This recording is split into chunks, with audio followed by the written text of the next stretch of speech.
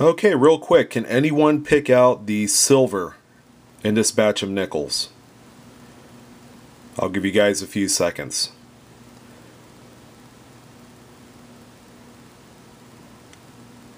Okay, so believe it or not, there is silver to be found while coin roll hunting nickels, and there's only a certain bracket of years, okay, and it falls under the World War II era, and that would be 1942 to 1945.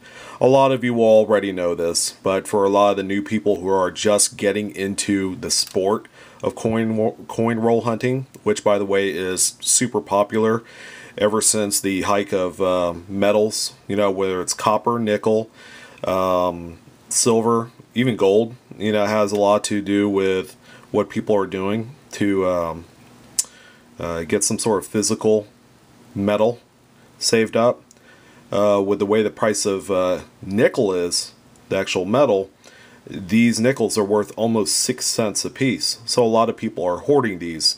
But not to stray away from the actual subject at hand, yeah, silver war nickels. Okay, they're 35% silver, and they're mostly, I think, nickel and manganese. Manganese, it's a very interesting metal, and what it does for circulated war nickels, I found one right here, is it turns a really nasty gray. Okay, let me get a little bit closer on this, so I'll pull up the details. Okay. There you go.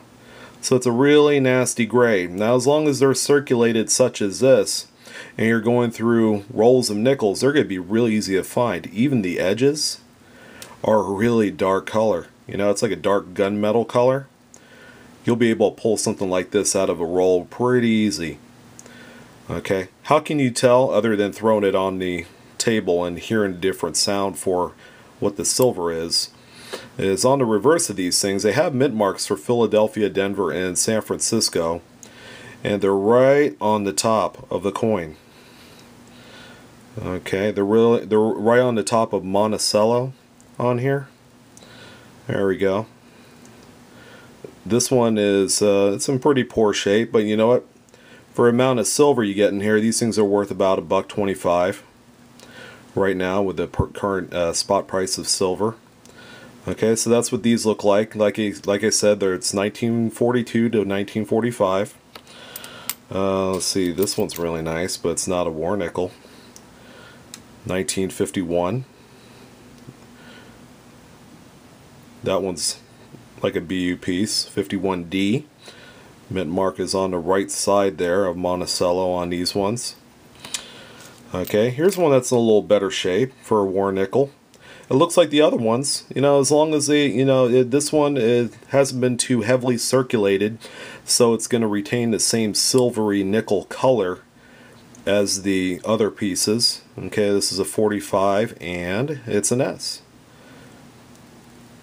as designated by the huge giant mint mark on the top of Monticello on the reverse. It's hard to miss. Okay, the US government added silver and manganese because they needed copper for the war effort during that time frame, that span of 4 or 5 years. Okay, so yeah, believe it or not, when things are starting to dry up in silver, as far as the 90% dimes, quarters, and half dollars that everybody's searching out there, try out nickels. Because, you know, you're going to not only find silver, but between this and pennies, you're going to find the most errors also. Double denominations, overstrikes, double dies, rim cuts, everything. You're going to find partial clips. Nickels, yeah, it's a great sport to get into when you're coin roll hunting. And, you know, I hope this video helps. Collect as much silver, keep stacking.